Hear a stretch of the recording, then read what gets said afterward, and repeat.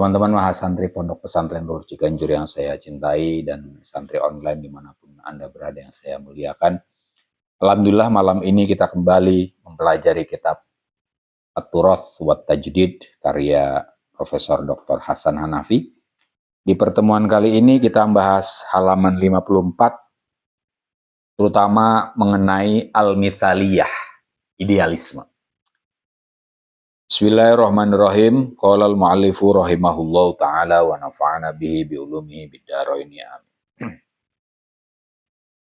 Wa ma'adzalika, baris ketiga dari atas ya, halaman 54. Wa ma'adzalika, dan bersama itu, idza qila, apabila dikatakan anna manhaja taghyiril waqi, bahwa metode perubahan realitas bitaghyiril afkari awalan, dengan mengubah pemikiran terlebih dahulu, wa manhajun mithaliyun, adalah metode idealis, li'annahu la yataghayyaru syai'un fil waqi, karena sesuatu tidak berubah dalam kenyataan, malam yataghayyar fil fikri awalan, selama ia tidak berubah di pemikiran terlebih dahulu,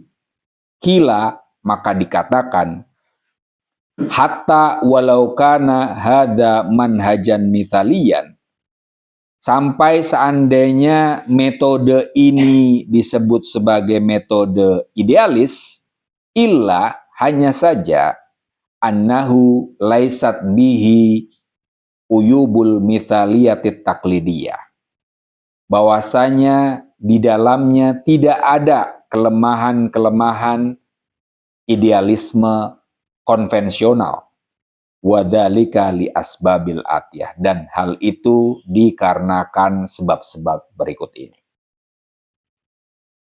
Pekan lalu kita sudah membahas bahwa Hanafi dituduh berpikiran idealis. Dan di sini kemudian dia menyatakan apa yang dimaksud dengan idealis.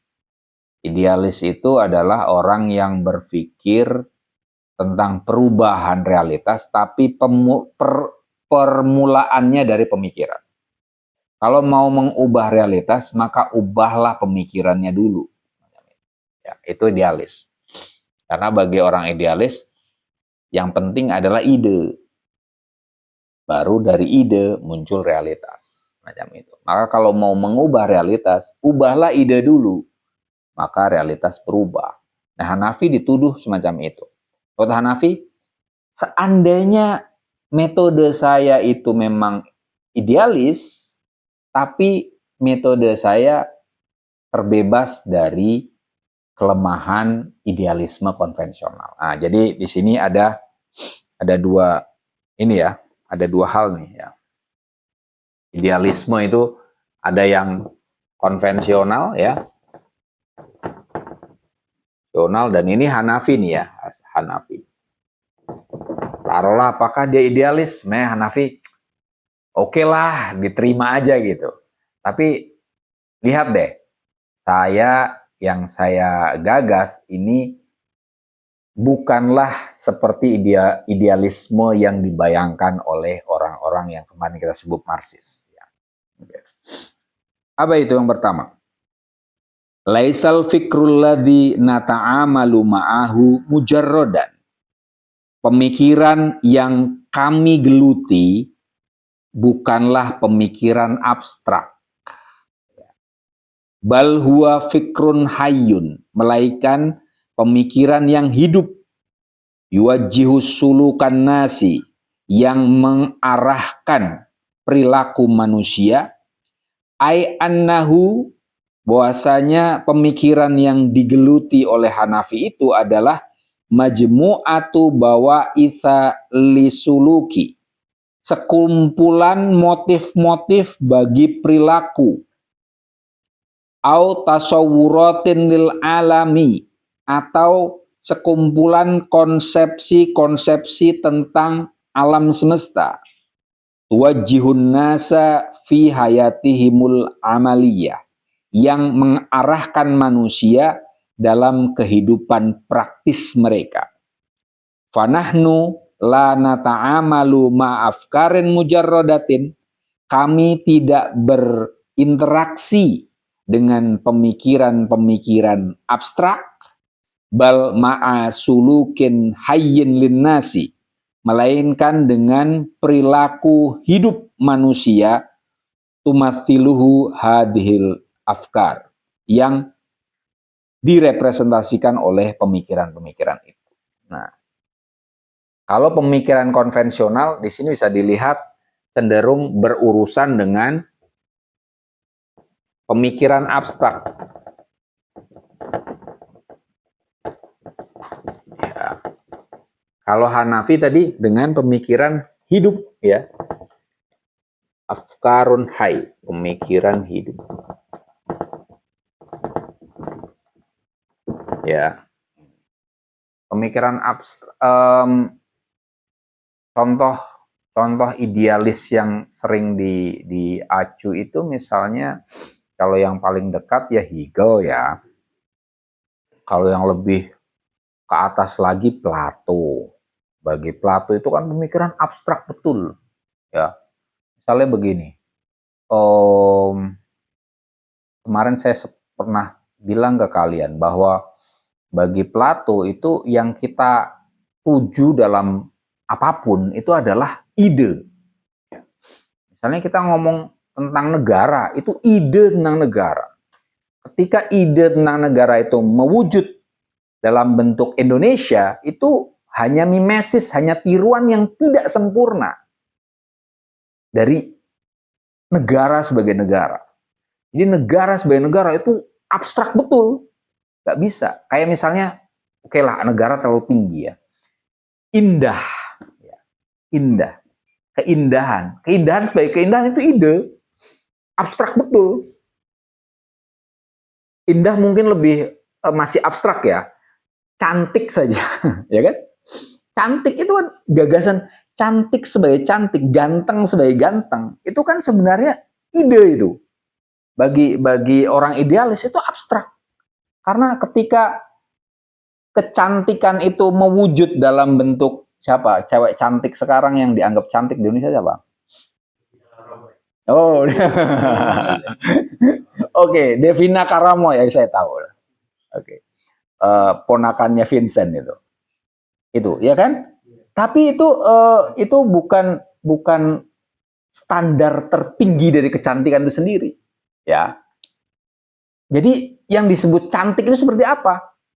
Itu abstrak. Itu bagi idealis. Nah, Hanafi tidak berurusan dengan itu, karena itu akhirnya kita kan ngawang-ngawang doang, ya kan? Cantik sebagai cantik kita nggak bakal ketemu, ya kan? Nah, yang digeluti oleh Hanafi, yang dia senantiasa memikirkannya, itu adalah pemikiran yang hidup. Yang mana pemikiran itu bisa mempengaruhi perilaku orang. Kayak misalnya tadi saya sama Mas Zikri, ya benar Mas Zikri kan ya? Nanti salah sama Mas Sofi nih, saya suka kebalik. Mas Zikri apa tentang rokok, ya kan? Rokok itu seperti apa? Apa namanya? Ada orang yang kemudian nge-vape, tadi ya ngomongin nge-vape.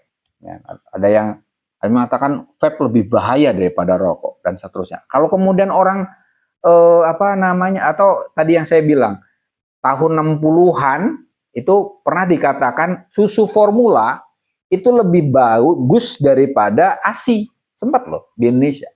Saya tahunya dari ibu saya itu, almarhumah. Itu tahun 60-an pernah ibu-ibu itu nggak mau nyusuin anaknya karena dianggap air susu ibu itu tidak lebih bagus daripada susu formula. Nah itu gara-gara ada tadi ya pemikiran yang hidup tadi, akhirnya kemudian ASI mubazir. Yang minum Mas Aji ya. Iya.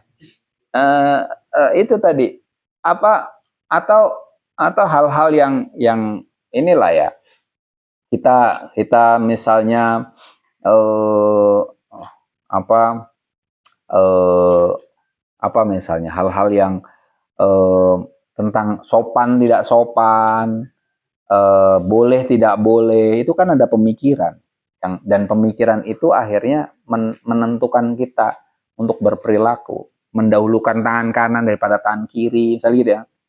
Itu juga kan basicnya adalah pemikiran, dan dari pemikiran itu perilaku muncul. Jadi pemikirannya bukan yang abstrak seperti idealis tadi, tapi yang konkret mewujud dalam perilaku kita. Ya, itu loh. Jadi beda. Jadi di sini nggak pas tuh idealisme kayak gitu. Oke, yang kedua, al-fikru mauruthun nafsiyun ingdal jamahir. Pemikiran adalah warisan psikis menurut massa. Tufasiru bihi doahiroha tafsiron ghaibian. Masyarakat menafsirkan dengan pemikiran itu fenomena-fenomena masyarakat dengan penafsiran yang gaib.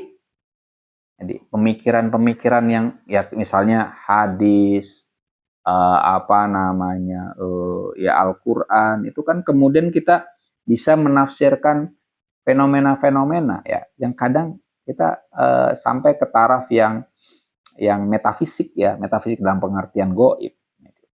Dan itu apa namanya, menjadi warisan di diri kita. Kayak misalnya kita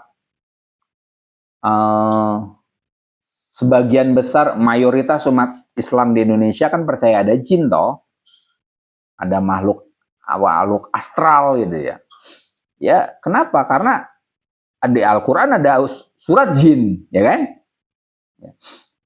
Itu ketika saya di Mesir kemudian kuliah dengan satu filsuf ilmu namanya Solah Konsuah, itu kemudian dia bilang jin itu nggak ada. Itu saya itu ngubah itu. Tapi kemudian dia jelaskan secara rasional ya, bahwa istilah jin itu perlu ditafsirkan ulang gitu. Itu ya agak sulit untuk diterima. Ya. Nah, itu sebagai contoh bahwa pemikiran itu sesuatu yang menjadi warisan di diri kita. Ya. Kalau versi orang-orang yang rasionalis, yang disebut dengan jin itu sesuatu yang tak tampak saja, dan itu bukan makhluk yang astral dan seterusnya. Misalnya Allahumma ini a'udzubika minal khubuthi wal khoba'is, misalnya itu. Kan biasanya diartikan apa? Ya Allah, aku berlindung padamu dari jin laki-laki dan jin perempuan, kan gitu kan? Artinya seringkali gitu. Padahal khubuth itu kan kotor, ya kan? Kotoran bisa jadi yang disebut dengan khubuth itu adalah bakteri, gitu loh. Jadi jin yang disebut ya kelihatan kan, yang bakteri itu penemuan baru loh. Bakteri itu penemuan baru. Kalau dulu orang kena penyakit itu kayak kena kutukan Tuhan. Tapi kemudian kan sekarang kena penyakit itu ya bukan karena kena kutukan Tuhan, karena ada bakteri, ada virus dan seterusnya. Yang disebut dengan jin itu kurang lebih kayak gitulah. Karena berada di tempat yang kotor, ya kan gitu kan? Nah itu kurang lebih semacam itu. Jadi itu sebagai contoh. Selebihnya ya cerita-cerita apa namanya, fairy tale gitulah, apa cerita rakyat lah selebihnya. Nah, tapi tadi karena cerita rakyatnya itu udah melekat, ya jadinya jadi menentukan perilaku kita, gitu ya. Kalau itu dibiarkan, ya tadi ya, kalau pemikiran itu apa namanya, menafsiri fenomena secara metafisik dan tidak rasional itu dibiarkan, yashulu bihi hidauha, mudah dengannya untuk menipu masyarakat. Coba misalnya apa, bahwa inilah, ada perempuan yang punya anak tanpa suami misalnya. Ini di Indonesia akhirnya banyak Maryam ya. Misalnya suaminya banyak. Tapi itu tanpa hubungan seksual. Itu kan sebenarnya tafsir ghaibi juga, ya kan? Bagi orang yang rasionalis, itu kalau di Alkitab itu ada pernyataan bahwa Yesus itu putranya Yusuf, ya. Jadi apakah ini murni tanpa dibuai oleh laki-laki, itu ya lagi-lagi masuknya tafsir ghaibi ya. Tapi kalau itu dibiarkan, yashulu khida'an nas. Kan ada orang-orang yang menipu santrinya dengan bahasa-bahasa metafisik toh. Ya, wow, ini apa, kemudian dukun-dukun cabul ya kan, kiai-kiai cabul itu kan kenapa? Karena menggunakan tafsir ghaibi. Ada film yang itu loh, Mengaku Nabi, kalian pernah nonton nggak yang kemudian tangan dipotong dan seterusnya, dan dia menyetubuhi santriwatinya. Ada tuh filmnya, Mengaku Nabi kalau nggak salah judulnya. Itu juga sama, karena tafsir ghaibi. Dengan tafsir ghaibi itu maka masyarakat bisa ditipu dengannya. Nah, ini Hanafi tidak di situ ya. Wa ta'miyatuha an waqi'iha, dan membutakan mereka dari realitasnya, biluju'i masalan ilallah, dengan bersandar contohnya kepada Tuhan, kamasdarin lissultah, sebagai sumber bagi kekuasaan, wa ka'asasin lil mahrumat, dan sebagai asas bagi larangan-larangan. Misalnya apa-apa dikit-dikit ke Tuhan. Pada titik tertentu mungkin oke, tapi pada titik yang lain itu bahaya loh. Contoh misalnya begini, ada yang kayak misalnya tsunami di Aceh, ya. Itu kemudian ada yang mengkaitkannya itu kepada ini karena apa? Azab kan, kayak kemarin ada gempa dan seterusnya, itu dianggapnya azab.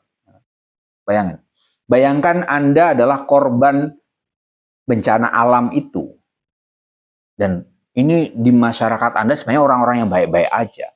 Tapi dikatakan, satu, kalian sedang menghadapi bencana, kedua, dianggap kalian kena azab karena Anda pelaku dosa. Itu kan berlipat-lipat. Kira-kira kalau kalian anak muda ada di situ, menjadi tambah beriman sama Tuhan atau tidak? Tadi selama ini hidupnya baik-baik aja, tapi kemudian kena bencana yang besar gitu. Dan kemudian itu dikaitkan kepada Tuhan. Itu orang kemungkinan untuk tidak percaya sama Tuhan tinggi loh. Tapi bayangkan kalau fenomena tentang bencana alam itu dikembalikan kepada sebab akibat yang ada di muka bumi. Misalnya tsunami itu kan gara-gara adanya retakan lempeng bumi itu bergerak toh. Ya, itu udah ada sunatullahnya di situ, ya kan? Artinya itu ada yang tempo hari saya ajarin ke kalian tentang kodok dan kodar. Udah ada aturan-aturannya. Tuhan udah menyediakan itu semua, bahwa gunung itu bisa meletus, meledak, ya kan? Persoalan waktu saja. Itu bukan karena kemudian Tuhan benci sama orang kemudian dia meletuskan atau tidak. Kalau kayak gitu Indonesia ini banyak gunung ini. Itu berarti mungkin diazab duluan nih kalau semuanya meledak kan nggak kayak gitu juga. Dan di banyaknya gunung berapi juga ternyata ada hal yang menguntungkan juga kan, tanah jadi subur dan seterusnya. Nah, itu tadi ada sisi baik dan sisi buruknya. Tapi tadi sisi buruknya bisa meletus, sisi baiknya jadi subur. Hal semacam itu. Nah, kalau semuanya dikembalikan kepada Tuhan, itu pada titik tertentu bisa mencerderai keimanan kita kepada Tuhan. Nah, seperti tadi, tafsir ghaibi. Jadi, idealnya gimana? Ya turunkan ke bawah. Bahwa Tuhan sudah menciptakan sunatullah fil ardi. Tugas kita adalah mengenali sunatullah itu. dan sunatullah itu terjadi sedemikian rupa. Tapi tetap percaya dengan Tuhan. Tapi ini sudah turun ke bawah gitu ya. Sudah tidak lagi cawe-cawenya Tuhan secara langsung gitu loh. Gitu. Oke. Wa ka'asasin lil mahrumat. Mithli ad-din, seperti agama, wasultoh, dan kuasa, wal jins tadi. Tafsir ghaibi terhadap jins seperti tadi. Akhirnya muncul pelecehan seksual. Atau tentang kekuasaan. Seolah-olah seperti tempo hari saya bilang adanya pulung. Ya, menyandarkan bahwa saya berkuasa ini karena Tuhan. Kalau Anda mengambil kuasa saya, berarti Anda mengambil takdir Tuhan yang ada di diri saya. Kan kacau balau. Ya kan? Itu tadi. Padahal ya, hubungan oke lah. Seseorang menjadi sesuatu karena dia dalam kondisi kodok yang memungkinkannya mencapai ke taraf itu. Gitu. Tapi kodok lain pun bisa terjadi padanya, yaitu apa? Diturunkan dari kekuasaan itu. Gitu. Ketika kita harus menurunkan dia, tidak dengan demikian kita mengatakan kita menolak kodok dan kodar Tuhan. Justru kita mengganti kodok yang satu dengan kodok yang lain karena kadarnya ada banyak, kan semacam itu. Ya. Ini kalian mengikuti juga. Nepal sekarang keren sekali loh. Kita padahal Nepal belajar dari kita, tapi mereka menghasilkan hal yang oke, ancur-ancurnya lebih ancur-ancuran daripada kita, tapi hasil akhirnya lebih bagus dari kita. Ya. Memilih presiden pakai Discord ya, pakai apa namanya, pakai media sosial lah, gampangnya semacam itu. Tanpa biaya, tanpa kampanye, dahsyat sekali. Indonesia kita ngancur-ngancurinnya udah tadi sudah parah ya, tapi hasilnya belum sampai ke situ, sayang sekali.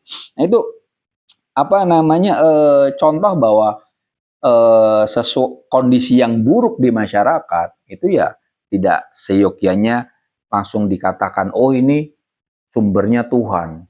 Kemudian kalau diubah maka kita mengubah ketentuan Tuhan, ya kacau gitu ya. Fana ta'amalu ma'al afkari huwal fil aqiqah ta'amulun ma'a tasawwuratin nasi lil alam.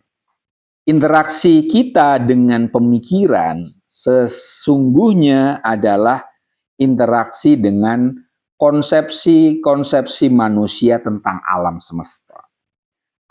Ma'a waqi'in hayyin, atau dengan kata lain dengan realitas yang hidup, walaisa ma'a fikrin mujarradin, tidak dengan pemikiran yang abstrak. Sama dengan yang tadi. Jim atau D. Al-amalu huwal wajihatul ukhra lil fikri. Kerja adalah sisi lain dari pemikiran. Wal hisbu wat tariqu litahqiqil afkari. Partai adalah jalan untuk merealisasikan pemikiran. Tadi al-amal huwa al-wajah al-ukhra lil fikr. Praktek adalah sisi lain dari teori, kurang lebih semacam itu.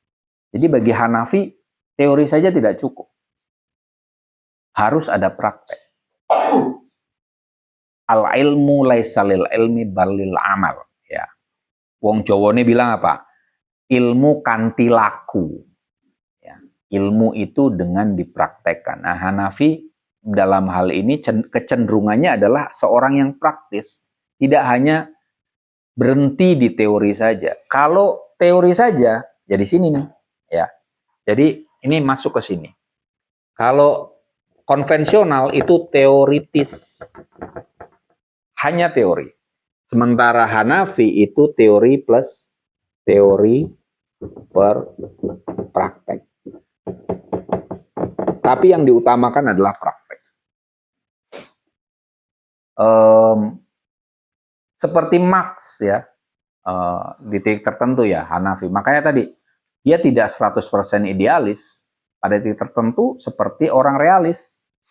Bagi Marx itu kan, apa yang dilakukan filsuf-filsuf sebelumnya, itu hal yang harus ditinggalkan. Ada tuh di Humboldt Universitat di Berlin tuh ada, di belakangnya tuh ada tulisan kutipan kata-katanya Marx. Kalau di Indonesia kan gini, para filsuf hanya menafsirkan dunia. Padahal yang diperlukan adalah mengubahnya. Nah itu teori saja nih. Kalau kita ngomongin hal-hal tadi ya, apa namanya, hal ihwal yang misalnya keindahan yang seperti tadi saya bilang, itu kan hal-hal yang teoritis saja. Tapi yang paling penting adalah setelah itu ngapain, gitu kan? What can we do with that apa namanya ideas itu ya, dengan ide-ide itu. Nah ini Hanafi ke situ. Beda dia. Jadi lebih ke praksis lebih tepatnya. Wal hisbu huwa thoriq li tahqiqil afkar. Partai adalah jalan untuk merealisasikan pemikiran. Hanafi di sini percaya dengan partai ya. Sementara kita nggak percaya lagi dengan partai di Indonesia ya. Sebagaimana pemuda Nepal juga udah nggak percaya dengan partai itu. Karena partai cuma namanya doang. Di Indonesia sama aja kan. Partai apa juga namanya doang itu. Nama doang. Namanya bagus-bagus. Tapi apakah al-ismu kal musamma? Apakah nama sesuai dengan yang dinamai? Itu amrun akhar. Perkara yang lain ya. Padahal idealnya kalau kita mengacu ke apa namanya kebijaksanaan Konfusius ya, nama itu harus sesuai dengan yang dinamai.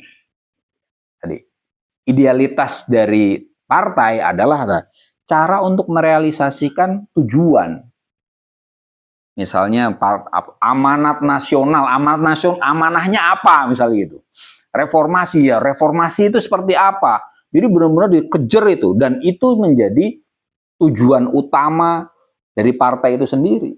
Kebangkitan bangsa, bangkit apanya nih, ya kan? Jangan hanya apa namanya omon-omon kalau bahasa sekarang kan, omon-omon doang. Kebangkitan bangsa yang bangkit dalam pengertian apa nih? Nahdlatul Ulama misalnya gitu. Ulama dalam pengertian apa? Kalau di kita ulama dalam pengertian agamawan ya. Tapi sebenarnya kan ulama itu kan ilmuwan, ya kan? Nah, ilmuwan di NU ada ilmuwan juga, itu harus lebih maju lagi, bangkit lagi. Tapi bangkitnya dalam pengertian apa? Nah itu, kalau sudah ketemu definisinya, baru kemudian tahqiq direalisasikan. Nah, partai itu seyogyanya merealisasikan pemikiran. Nah, Hanafi sampai ke situ. Jadi bukan teoritis, tapi apa tadi? Praksis ya. Wala taghayyura yahdutsu fil waqi, dan perubahan tidak akan terjadi di realitas illa idza kana mabniyan ala asasin fikri, kecuali jika dilandasi oleh asas pemikiran. Oke. Hanafi tidak menafikan bahwa perubahan itu perlu pemikiran. Ya kan? Kalau kita tidak berpikir dulu, kemungkinan perubahan yang terjadi aswaiyah, asal-asalan. Maka perubahan perlu pemikiran. Ya. Kalau tidak ya selesai gitu aja. Sudah dipikirkan aja bisa masuk angin di tengah jalan kan? 17+8 tuh kan udah mulai masuk angin kan? Iya, itu baru dipikirkan loh.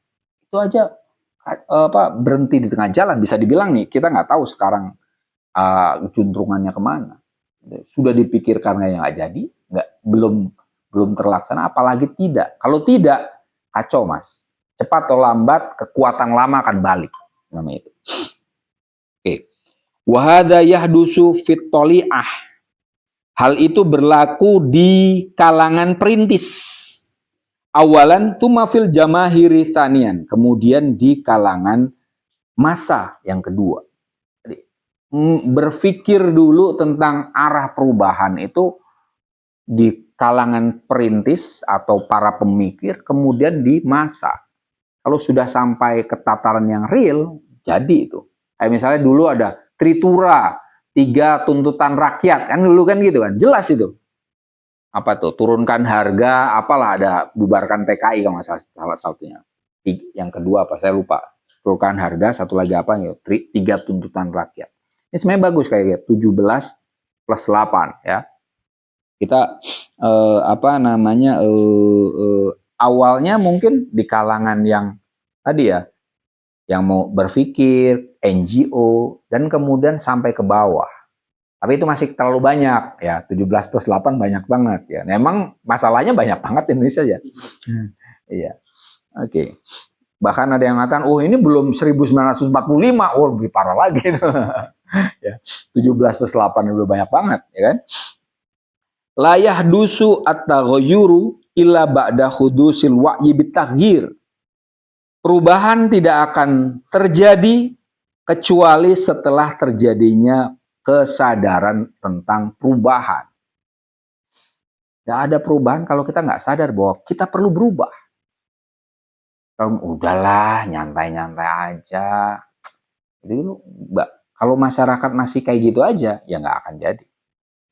Tapi kalau udah kita kayak ya setahun dari awal tahun inilah ya, bahwa Indonesia gelap, gitu-gitu kan ya, kabur aja, itu tuh sudah bagus. Tapi pelariannya kan kabur aja kan, masih kabur aja. Tapi Indonesia gelap itu artinya sudah ada kesadaran bahwa ini kita kondisinya nggak nyaman nih, ya nggak nyaman, itu udah bagus. Tapi kemudian tagline-nya baru sampai ke kabur aja dulu. Ya. Kemudian ini lumayan sudah ada upaya untuk riset Indonesia. Ya terakhir kan riset Indonesia ya, bukan riset tapi riset apa sih? Pencot ulang pengubahan kan, jadi setelan pabrik lah kalau di handphone dan elektroniknya ya, meriset dari nol lagi ya. Tapi ya nggak nol dalam pengertian yang dari mana nih ya, riset nanti larinya kemana, nah itu kan, itu sudah lumayan ya. Tapi tadi perlu ada wa'yun bitaghyir, wal wa'yu bitaghyir wa wa'yun siyasi. Kesadaran tentang perubahan adalah kesadaran politis. Awwa'yun hadoriyun, atau kesadaran peradaban. Wahada la yahdutsu illa biwa'yin ideologi. Dan itu tidak muncul kecuali dengan kesadaran ideologis. Jadi Hanafi nih berentet ya.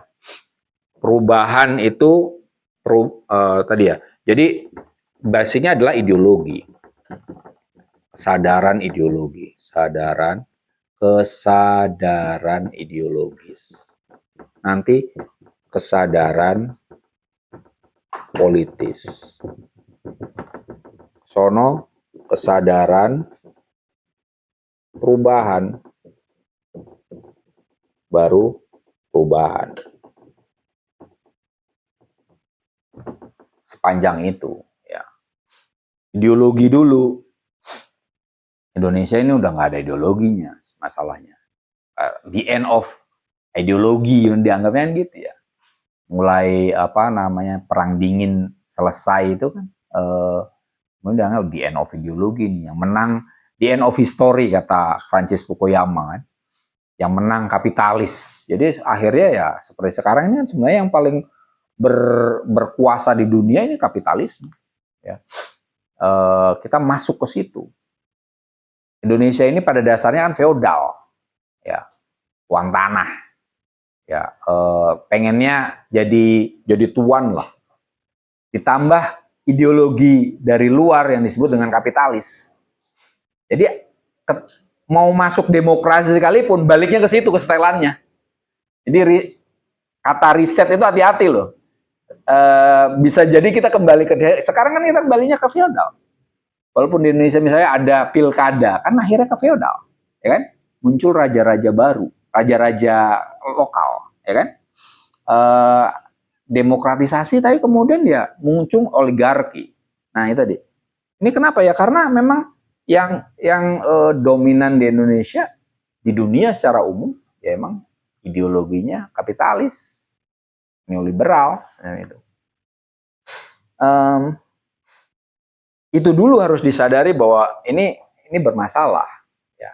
Kalau itu belum disadari bahwa ini harus ada kesadaran bahwa ini ada yang nggak beres nih dengan kapitalisme ini. Kita kapitalisme yang ditopang oleh feodalisme di Indonesia ini.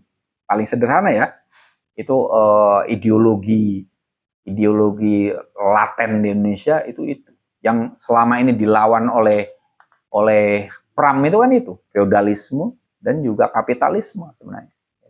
Nanti ditambah militerisme itu kan menopang ini dua hal ini sebenarnya.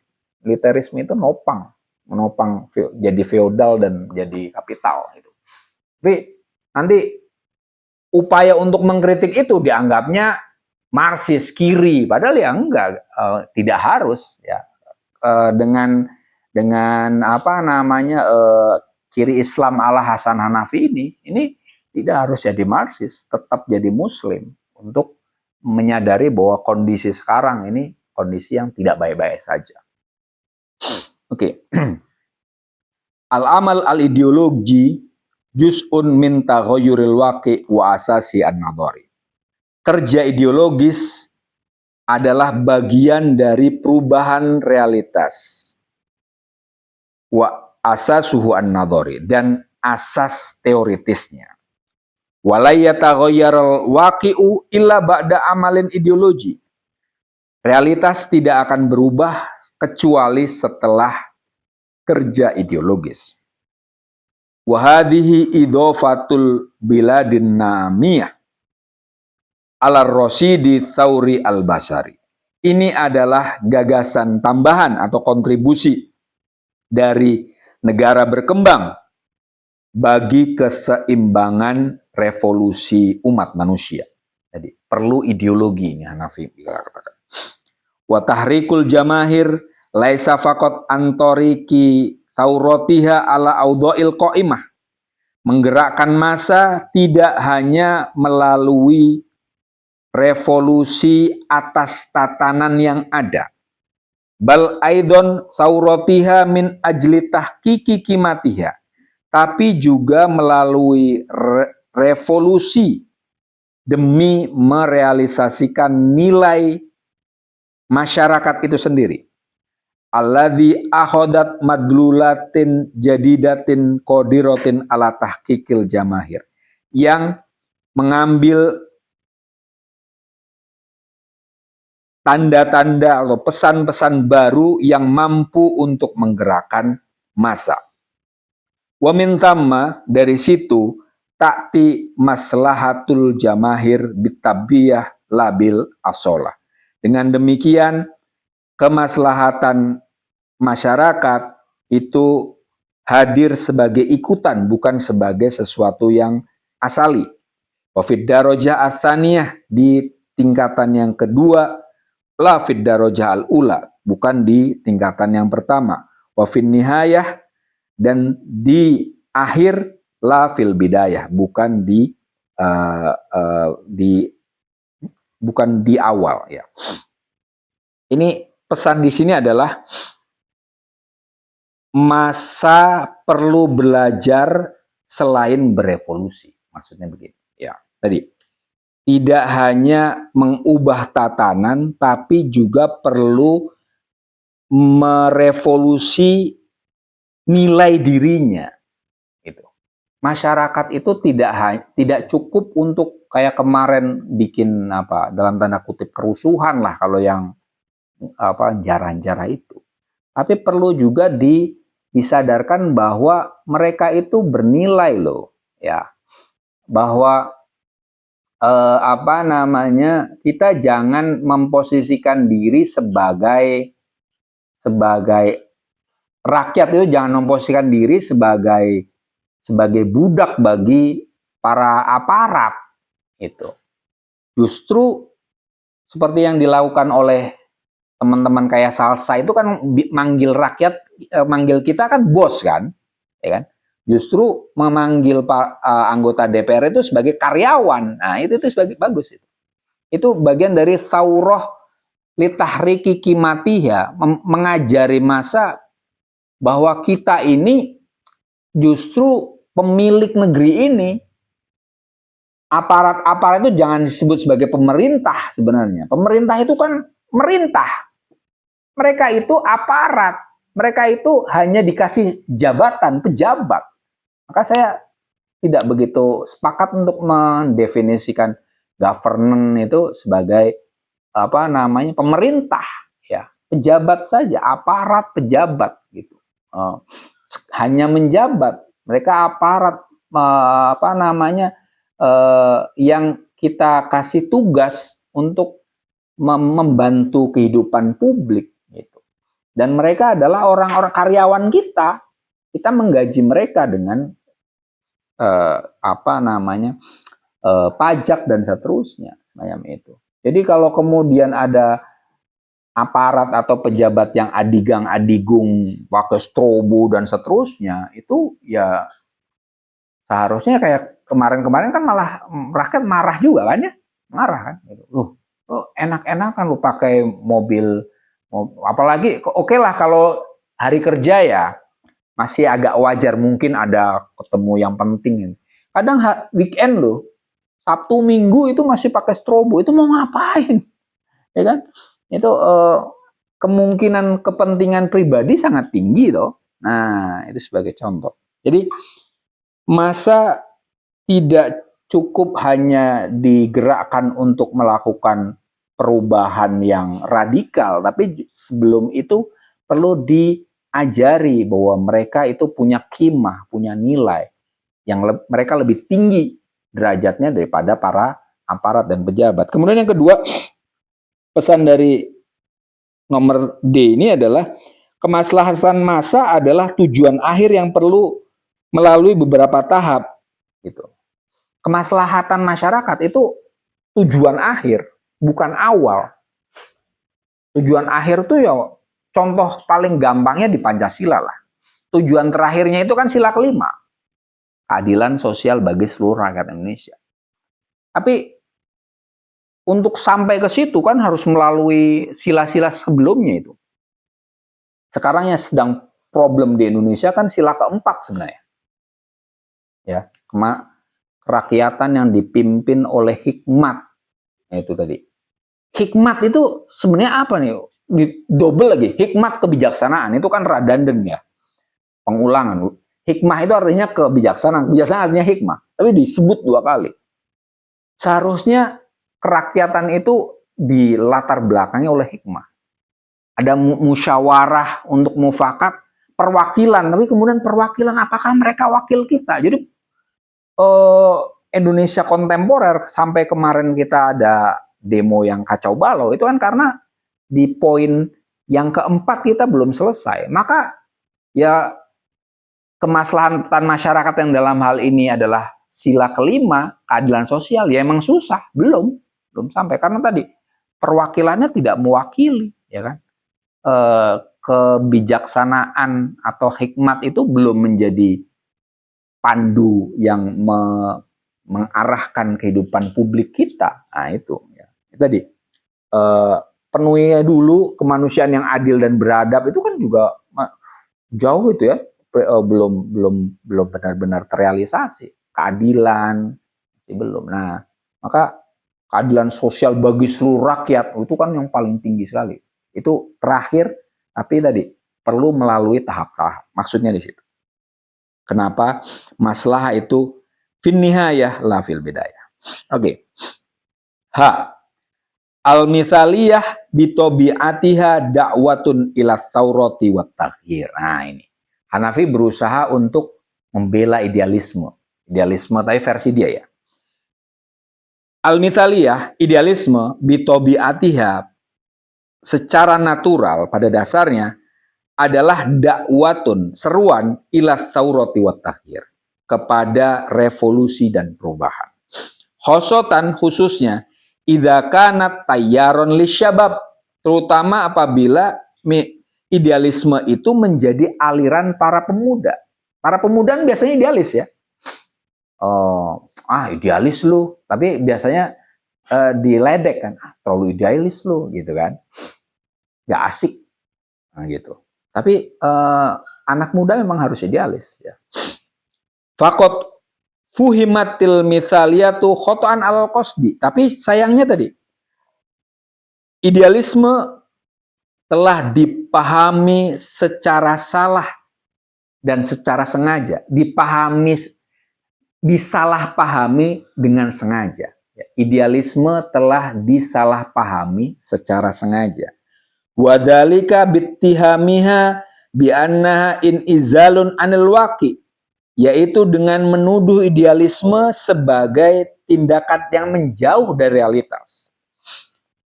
Wa qada'in wa qada'un alaihi, dan mematikan realitas. Wa tahwiluhu ilal fikri, dan mengubah realitas menuju pemikiran. Ini salah paham terhadap idealisme. Jadi seringkali kenapa ada kata-kata idealis lu? Itu karena apa? Idealisme dimaknai sebagai tindakan yang hanya mementingkan pemikiran dan meninggalkan realitas, tidak sesuai dengan realitas. Padahal bukan semacam itu. Fil muqabil fi muqabil al-waqi'atil multazimatil waqi' tadi ya. Dianggap sebagai lawan dari realisme yang konsisten dengan realitas. Ini pandangan yang selama ini dilihat ya. Jadi, bahwa idealisme itu berseberangan dengan realisme yang konsisten dengan realitas. Al-badi'atu minhu. Realisme berangkat dari realitas. Wallati ta'ishu alaihi, dan hidup dengan realitas. Ini tentang idealisme dan realisme. Ya. Ini yang salah paham.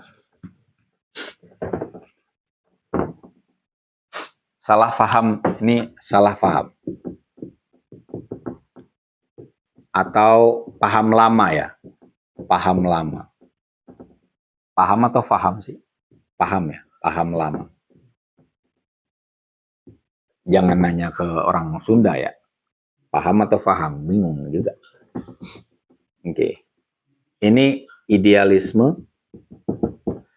Ini realisme. Jadi, kalau idealisme itu lebih memikirkan pikiran. Ini dengan realitas, ya kan? Tadi,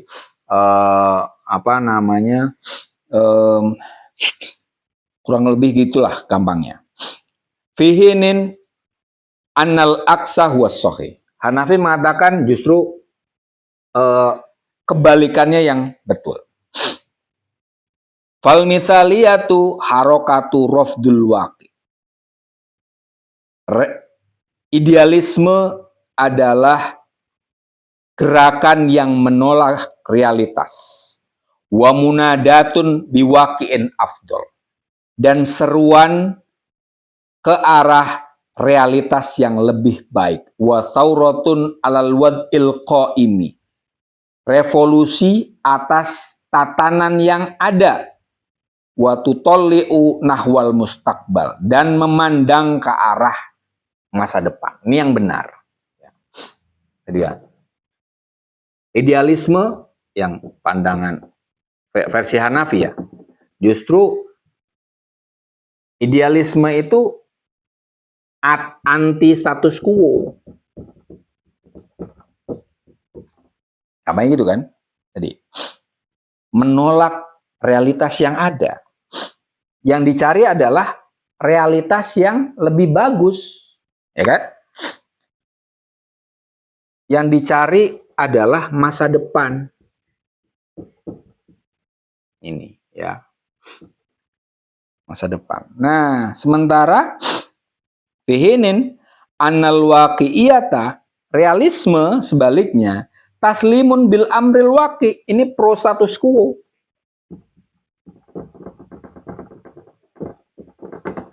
Penerimaan pada perintah realitas. Kenyataannya kayak gitu, ya ngono gitu loh. Itu realisme. Kenyataannya kayak gini, ya kan? Tentang idealisme dan realisme. Selama ini idealisme sering dinyinyirin lah ya. Dikritik, idealis lu. Cuma pikiran doang, teori saja gitu. Abstrak pula. Hanafi tidak, ya. Kemudian tadi, kalau mau realis dong, yang sesuai kenyataan dong. Nah, Hanafi bilang, saya memang berangkat dari pemikiran. Tapi pemikiran yang saya geluti, kata Hanafi, bukan pemikiran yang abstrak, melainkan pemikiran konkret. Pemikiran yang hidup, bukan pemikiran yang mati. Nah, justru dengan kenapa hidup? Karena kecenderungannya adalah anti status quo. Realitas nggak baik-baik aja nih. Justru kalau yang realistis tadi, ya udah, kolusi itu udah jadi kebiasaan, gitu kan? Saya ketemu tuh ada orang yang pernah nyalon anggota DPR, kemudian bilang, udahlah, kita kalau mau nyalon, kata dia, nyalon jadi anggota DPR itu perlu dana sekian miliar, gitu kan? Dan itu, apa namanya, sudah menjadi kebiasaan. Sudahlah, nggak usah lagi ngomong anti money politik, itu udah common gitu loh. Nah itu pernyataan udah biasa, itu kan realis emang, sesuai kenyataan di Indonesia. Yang rakyat juga ngajarin para pejabat menjadi korup, itu realis itu, ya kan? Nah Hanafi mengatakan, jangan pro status quo dong, anti status quo, ini nggak benar, gitu kan? Tadi yang seharusnya seperti apa? Jangan sekedar dasain saja. Tapi yang seharusnya seperti apa? Masa depan selanjutnya gimana? Gitu kan? Kayak terakhir ini kan ada pernyataan Ahok tuh. Ahok bilang apa? Saya siap jadi ketua KPK. Syaratnya apa? Undang-undang tentang hukuman mati bagi koruptor harus disahkan. Kenapa? Kalau hanya perampasan aset itu masih bisa diakali lah oleh koruptor. Nah itu dia ngomong tentang dasolen itu, ya. Kalau dasen ya udahlah, cincai aja, kan gitu, cincai aja. Itu realis, ya, gitu. Jadi ini Hanafi menarik di sini ya. Di sini Hanafi yang sebenarnya cenderungnya realis, tapi di titik ini dia malah bergeser ke idealis. Ya. Kenapa? Karena Hanafi itu muridnya Utsman Amin nih. Ini behind the screen ya. Gurunya Hanafi itu namanya Utsman Amin. Beliau adalah profesor filsafat di Cairo University, pengarang buku Al-Jawaniyah. Guah artinya kedalaman, esensialis. Idealisme ala Mesir. Idealis. Tapi idealismenya dalam pengertian yang tidak abstrak tadi, idealisme yang konkret, pemikiran yang membumi semacam itu. Nah, artinya dia idealismenya ya tidak yang kemudian ekstrim sekali, karena dia masih seperti yang tadi saya bilang, teori yang mengarah ke praktek. Itu kan agak berbau realis, ya kan? Ya. Jadi tidak seperti realis. Kalau realis murni ya justru tadi membiarkan kondisi yang ada pada titik tertentu ya. Dan itu tidak revolusioner ya. Jadi Hanafi pada titik ini dia sebenarnya in between. Baina al-mithaliyah al-taklidiyah, antara idealisme konvensional dengan waqi'iyah yang minan nas ilal waqi, dari teks menuju realitas. Tapi di titik lain dia ada nuansa idealismenya, tapi idealisme dalam pengertian anti status quo dan mengedepankan upaya menuju masa depan yang lebih baik dengan memikirkan dasolen berdasarkan dasain. Itu saja untuk malam ini. Terima kasih atas segala perhatian teman-teman semua. Kurang lebihnya mohon maaf. Wallahul muwaffiq ila aqwamit thoriq. Wassalamualaikum warahmatullahi wabarakatuh.